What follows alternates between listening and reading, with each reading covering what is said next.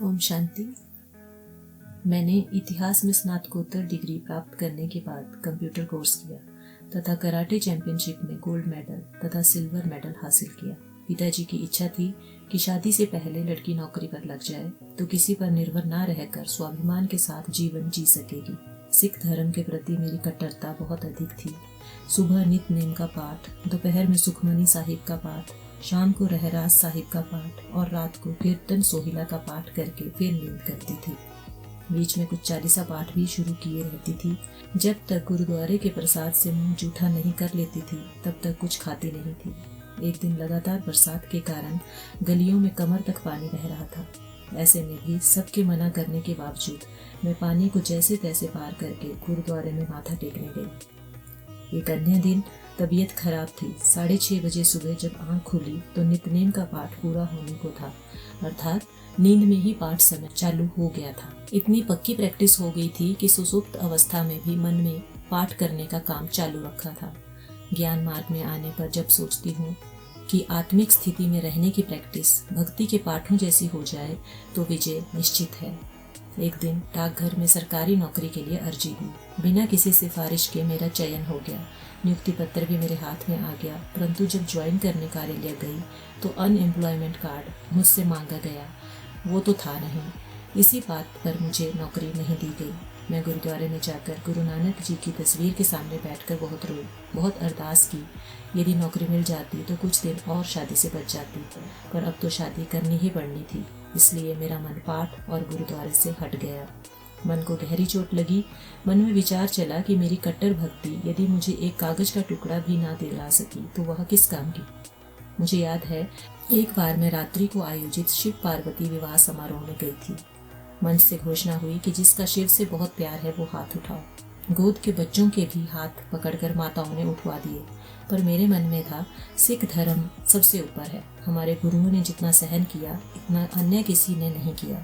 इसलिए पूरी सभा में एक मैंने ही हाथ नहीं उठाया और आज वही मेरा धर्म मुझे मदद नहीं कर रहा है। मेरा दुख मेरी आंखों से अनवरत बहता रहा। इसके बाद किसी ने मुझे बताया कि शिव जी असंभव को संभव कर देते हैं। मैंने सोचा शायद ये ही मुझे नौकरी दे दें, इसलिए सोमवार के व्रत प्रारंभ किए। परंतु मुझे सपनों में सांप दिखाई देने लगे। पुजारी ने शिवलिंग पर जल चढ़ाने, शिव पुराण पढ़ने की सलाह दी।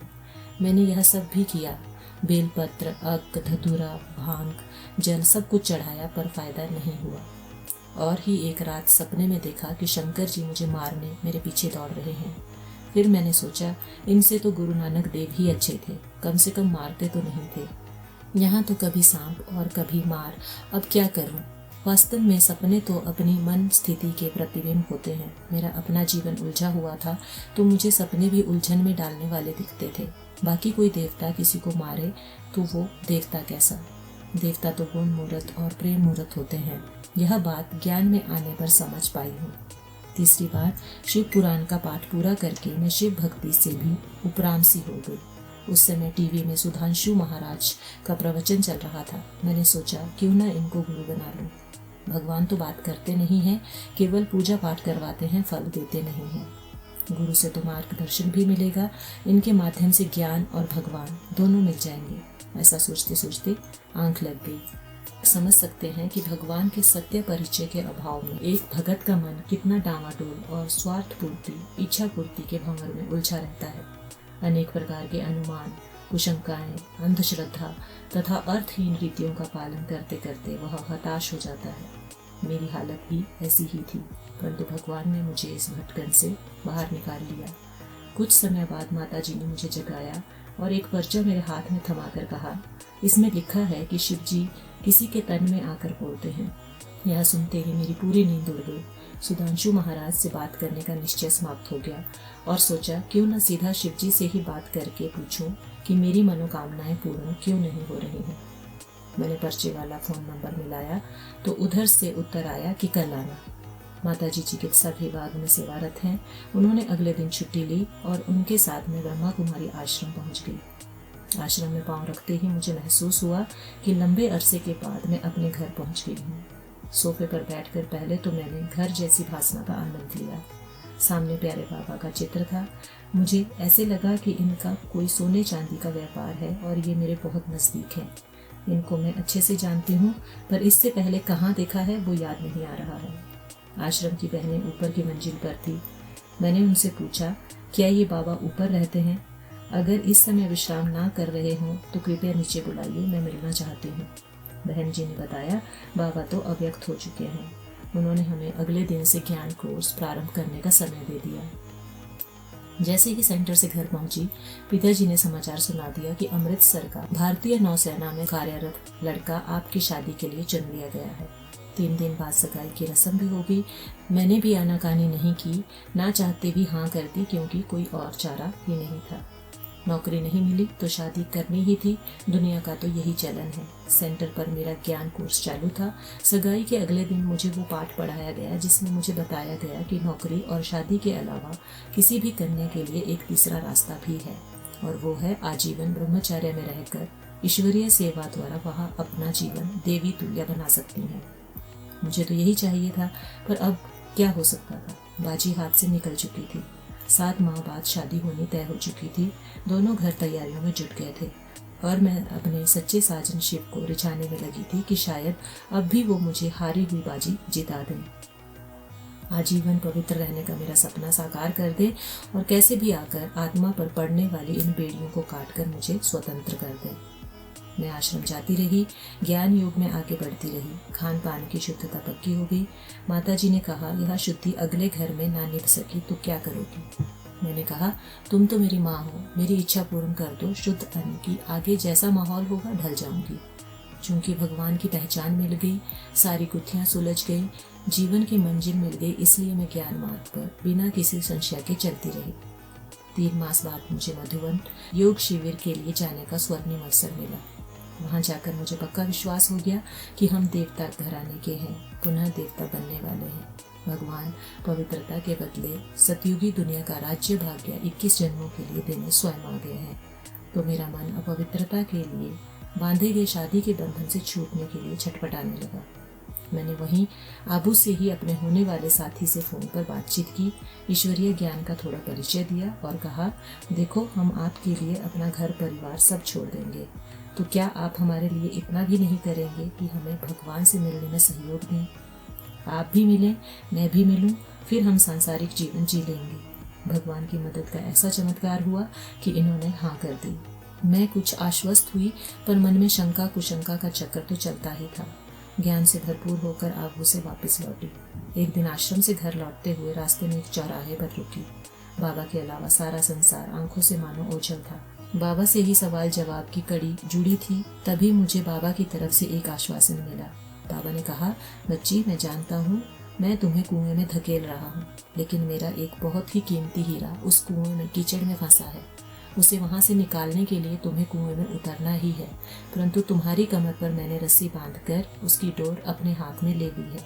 तुम्हें डूबने ना देने की जिम्मेवारी मेरी है। तुम उसे निकालो, मैं तुम दोनों को ऊपर खींच लूंगा।